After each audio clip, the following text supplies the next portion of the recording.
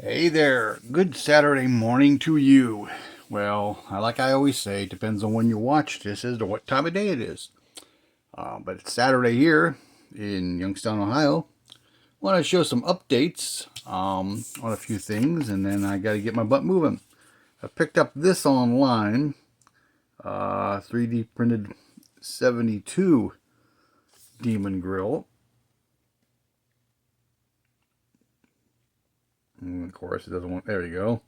And it comes with, you use the headlight lenses from the kit, but it comes with the clear marker lights, which I'm not sure. I have to look it up online. I think I think they are clear and real with the amber bulbs, and it comes with side marker lenses.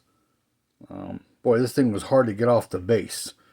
It took some time. It had all those little lines holding on. I didn't want to break any of these grill openings, but yeah, well, I got the body out here, and so that makes it into a 72, which that's what I want to build when I build it for myself, as a tribute to my friend Daryl, who's no longer with us, because he had a 72, which I never got to see because he had sold it before I met him, because he is married with a child on the way. So I'm going to paint it up the way and fix up the way his would have been if he would have kept it.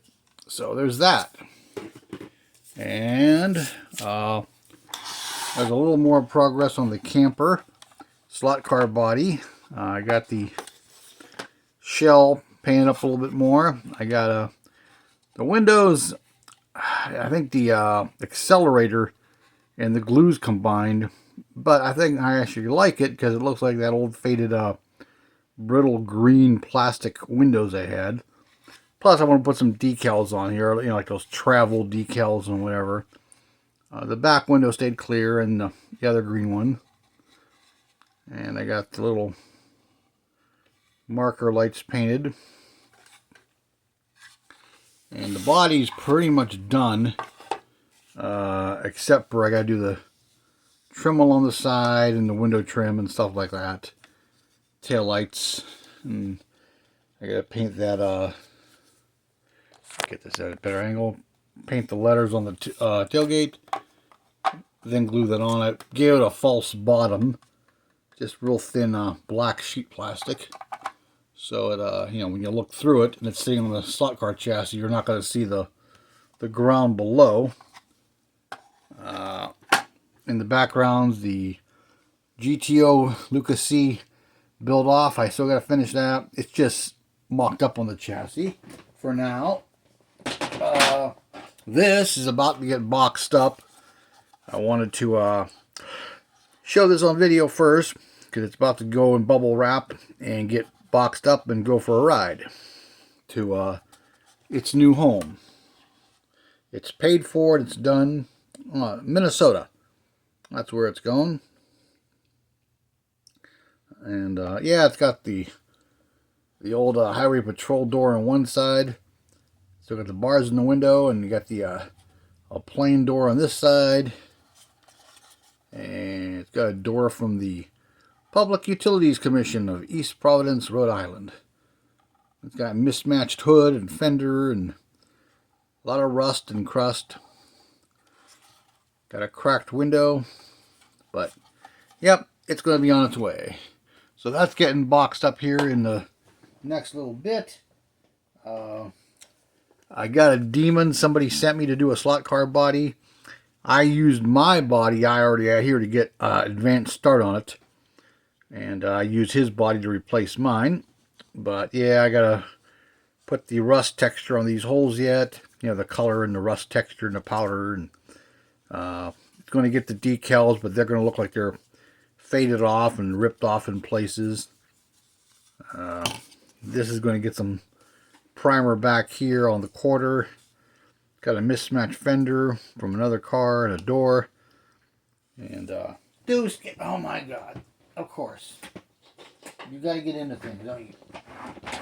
Hold on. There we go. And it's gonna have a nice shinier hood with the stripe and scoops. So that's the Demon. That's gonna be a slot car body too. working on that. And what else am I working on? This one here, I made use of some aftermarket stuff. This will be another slot car body. This came from Giant Killer slot car bodies. This is one of his 3D printed wings. I just have it masking taped on there. I have to really clean it up and recontour it so it would fit this body. And then I had this scoop. I think I got this online. I can't remember who I got it from, but I molded that onto the hood. And somebody a while back sent me some turbo inlets, so I reamed off the inner headlights and put a couple turbo inlets in there. Of course, the grille is going to get black washed and all that good stuff too eventually. So that body is, this thing's already sold. I just got to finish it. And the guy's like, yeah, no rush, I want it. So, okay. I got to do a little more sanding where the scoop is. And it's going to get like a weathered finish. I call it the Polaria. Okay, it's going to have like a mosquito graphic on it. And I'm going to try to make up some graphics and have STS make me some decals that say Polaria. Either on the door and the mosquito back here, or something like that. I downloaded some cartoonish looking mosquitoes. I just got to make up a font and a logo for it, you know, in the Polaria, and you know, the best I can anyhow. And yeah, then I'll have that sent to STS, and he can make me the decal, measure off how big I want it, and so that's going to be a slot car body. It's going to have a, you know, the wing. It's going to have the chute back here, and good stuff like that. But working on that one in between 50 other things. What else I got? Okay, the thing that's it for that. I today got a in the mail too this morning. I got a nice thank you card from Scale Speedworks, Mike over at Scale Speedworks. I got a nice thank you card for participating in his Mustang 60 group build. Some kind words in the card there. Thank you very much, Mike. You're welcome. I enjoyed the build. And he sent some stickers, which I'll put on one of my toolboxes up here.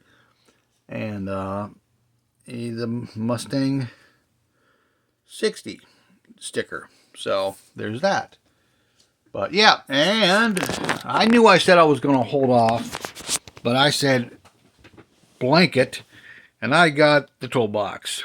Got it from Amazon. I read some reviews, and I wanted to use as much as a space under here as possible. And most were either too small or way too big. You could take the casters off and get them lower, but then you can't move it around easily once it's weighted down. And I read a review on this one, and somebody said, yeah, you know, because it comes with feet. I'm like, well, okay, I'll put the feet on it, I guess. And that'll get it down where I want it. But unfortunately, quit trying to autofocus. But then it's hard to move. But someone said these particular casters, they gave a model number and a link to them. They dropped it because they're much, you can see how small they are. They're only like that high versus the ones that came with it that were like that high. And they were like $13 and some odd cents for the set. And let me tell you, they are quality. They come with a lifetime warranty. They feel and look more quality than some of the bigger ones I've seen. And they're really nice. And I just, you know, you just thread them in the bottom. It's the type that thread in. So it brings it down to 27 and some odd inches, because I got like 28 and some odd inches. So I got a little extra space above it. You know, I could put sheets of paper or whatever.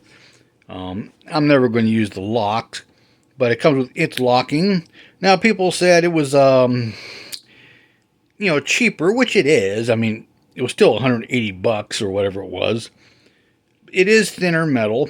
You wouldn't want to use it for a heavy-duty garage use, but for what I'm going to use it for, it's fine. The one drawer had a dent in the bottom of it that hit the top of the other drawer when you opened it.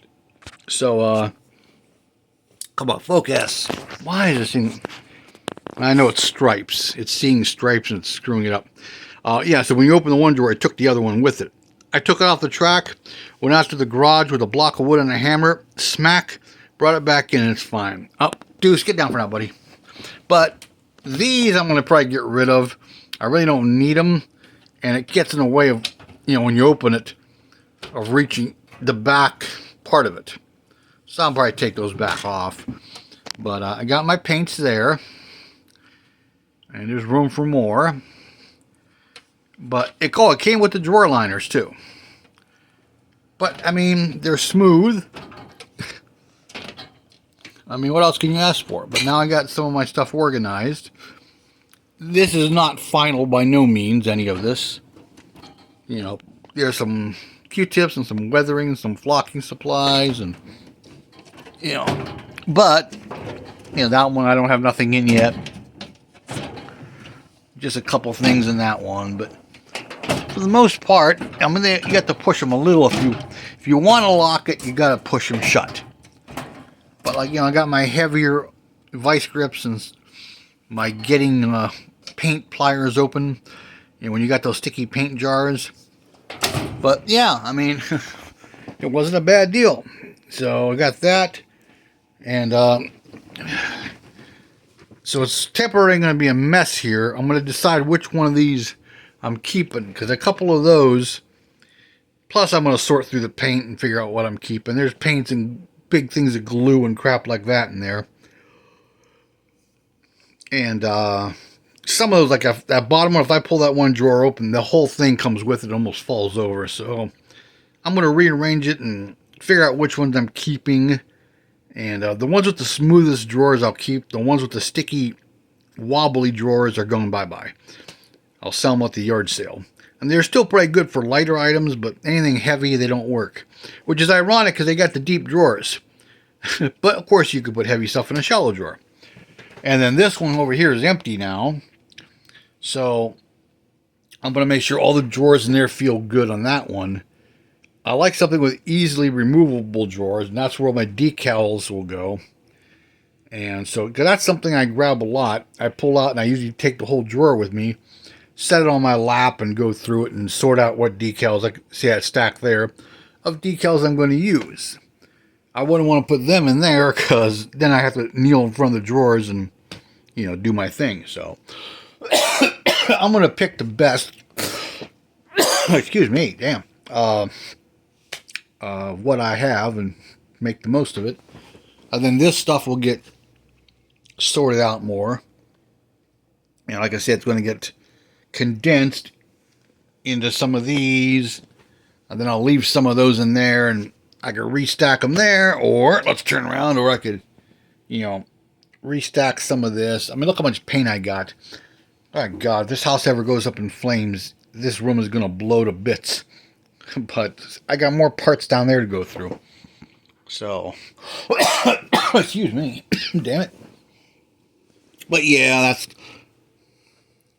empty box here. And, you know, project stuff here. But yeah, so yeah, it's an update. I finally got that. I sprung for it. I figured, what the hell.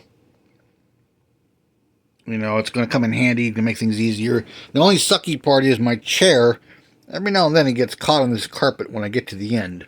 So if I roll all the way down, you know, and then come back and the wheel drops over that carpeting, like 1 out of every 5 times it'll stick and like flip the carpet over.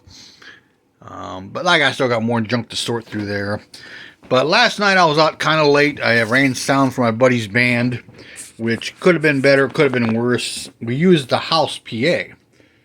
And they got it generally set up, and we marked it with masking tape, like, you know, who's, you know, which slider is who. And I got the EQ kind of figured out and all that. But partway through the night, you know, like, one started creeping up and one started creeping down. So I'm like, I'm trying to adjust it. I even had a few customers, hey, you know, the guitar is drowning out the keys, or the keys are drowning out the guitar. I know it sounds different to me because I'm up on a pedestal. I'm like, okay, I'm trying to tweak it, and I'd get it sounding level, and then it would start sounding off again. And then at one point, I was just out of curiosity, I slid both the guitar and bass player all the way to off. And I could still hear them. I'm like, why can I hear them when they're off? Like, sliding the knobs didn't change nothing with them. I'm like, what the... Ugh. And it's an old PA system. It's got the mixer board, and then to the right and down below, there's a big rack of EQ and a couple other things. And I didn't know if they were plugged in the wrong ports, or if some of the settings were, screwy. Excuse me. I'm not normally a sound man, and because I helped run it last time they played there, and they had it set up, and it worked pretty good. I managed to, finish out the night with it. And this time it was just acting up. Ugh. But they finished early because their drummer wasn't feeling good from the heat and everything. And so they didn't play a whole third set. So I came home and couldn't get to sleep right away. And got up this morning way too early and rolled over and said, nope, going back to sleep. And then... Excuse me. Oh, God, must be something in the air around here. And, got up about 7:30, excuse me again, and did laundry and did a few other things, and yeah, that was about it. And I gotta go out to pack this up, mail it, run out to the hobby shop. And my buddy who's in the band is having a cookout today, so I'm gonna go do that. So, but yeah, that's it. Just wanted to show a couple of those things off real quick. And, yeah, and the new toolbox and everything. Oh, damn.